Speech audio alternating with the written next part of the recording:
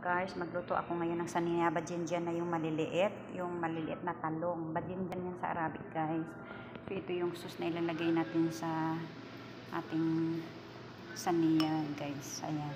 So ito yung mozzarella cheese. Ayan. So ito yung fillings niya guys. Yung laham mafrum at saka yung kasbara na coriander leaves. Ayan. Tsaka laham mafrum. Yun ang maging fillings natin dito. Ito naka-deep fry na yung ating talong guys. So isi-show ko sa inyo. Konting tips lang. Maglalagay muna tayo ng sauce dito guys. Itong sauce na to guys, ito yung sauce ng spaghetti na ginawa ko.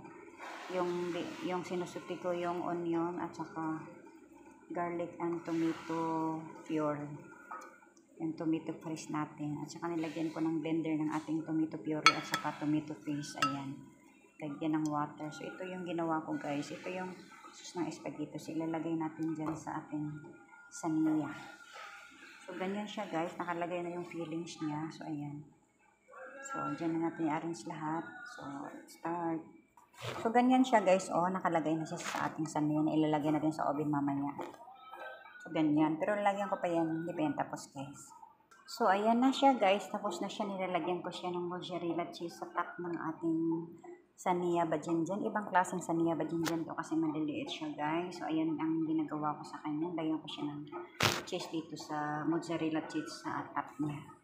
So ayan guys, i-cook mo lang siya ng 5 minutes before serving. So ayan lang guys. Maraming salamat. Assalamualaikum. Bye bye.